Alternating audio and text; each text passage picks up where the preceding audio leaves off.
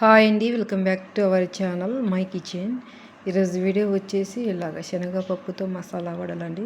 Taste అయితే చాలా బాగున్నాయి, క్రిప్సీగా చాలా బాగా వచ్చినాయండి. చూడండి, పిల్లలకి ఇలాగ చేసి ఇచ్చామనుకోండి వాళ్ళు ఇష్టంగా తింటారు.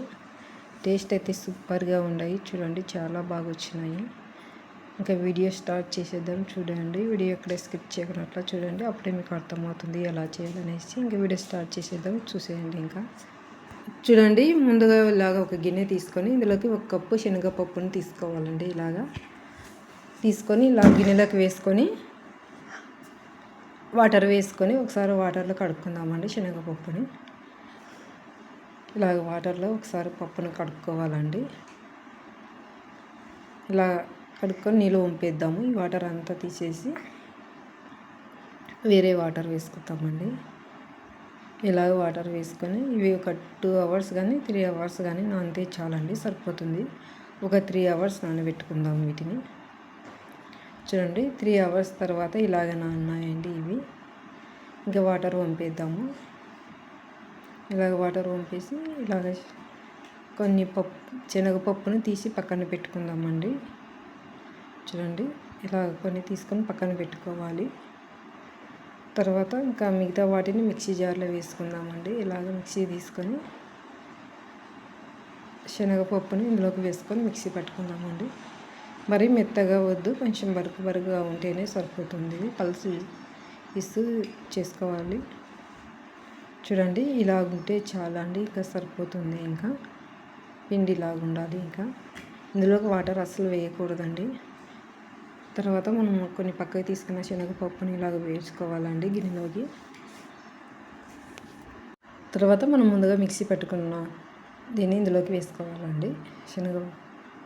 ఇందాక మిక్సీ పట్టుకున్నాం కదా, ఇందులోకి వేసుకోవాలి. ఇంకా తర్వాత కట్ చేసిన ఉల్లిపాయ ఒకటి మీడియం సైజ్ అండి తీసుకొని కట్ చేసుకున్న తర్వాత అల్లం వెల్లుల్లి పేస్ట్, ఇది మరీ మెత్తగా కొన్నట్లుగా ఇది కొంచెం కచ్చగా దంచుకొని వేసుకోవాలి. తర్వాత ఇందులోకి చిన్నగా తరిగిన కరివేపాకు,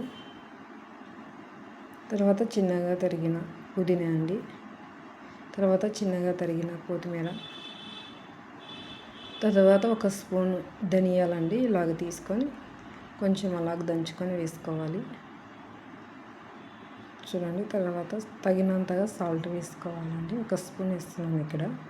తర్వాత 1 స్పూన్ జీలకర్ర వేసుకోవాలి. తర్వాత ఒకటి చిన్నగా తరిగిన పచ్చిమిర్చి వేస్తున్నానండి. ఇక్కడ నేను ఒక 2 స్పూన్ల బియ్యం పిండి వేసాను. వీడియో క్లిప్ మిస్ అయిందండి. ఇందులోకి ఒక 2 స్పూన్ల బియ్యం పిండి వేసుకోవాలి. ఇలా వేసుకొని అంతా కలిసేలాగా కలుపుకోవాలండి.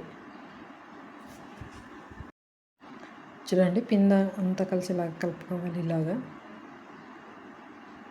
ఇలా కలుపుకుంటే చాలు. ఇంకా తర్వాత స్టవ్ ఆన్ చేసుకొని కలయి పెట్టుకొని తగినంతగా ఆయిల్ ఇలాగ వేసుకోవాలండి. వేసుకొని ఆయిల్ని హీట్ చేసుకోవాలి. తర్వాత పిండిని ఇలాగా కొద్దిగా తీసుకొని ఇలాగ రౌండ్గా చేత్తో చేసుకోవాలండి పిండిని. తర్వాత అరచేతిలో వేసుకొని ఇలాగ చేసుకోవాలి గారెల్లాగా. మరీ మందం అవ్వద్దు, మరీ పలుచగా అవ్వద్దండి.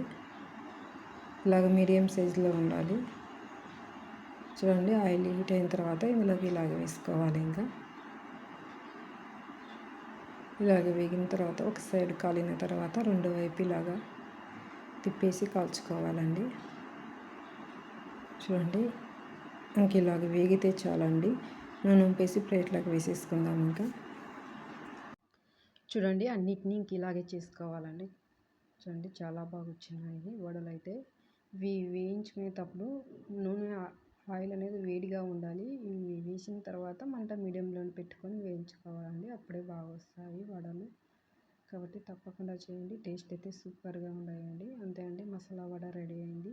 వీడియో నచ్చినట్లయితే లైక్ చేయండి, షేర్ చేయండి, సబ్స్క్రైబ్ చేయండి ఛానల్ని. లైక్ అయితే తప్పకుండా చేయండి, వీడియో ఎక్కువ మందికి షేర్ అవుతుంది. చూడండి, లోపలంతా చాలా బాగా వచ్చింది, చాలా క్రిప్సీగా కూడా వచ్చినాయండి. అంతే అండి వీడియో. ఇంకా బాయ్ ఫ్రెండ్స్.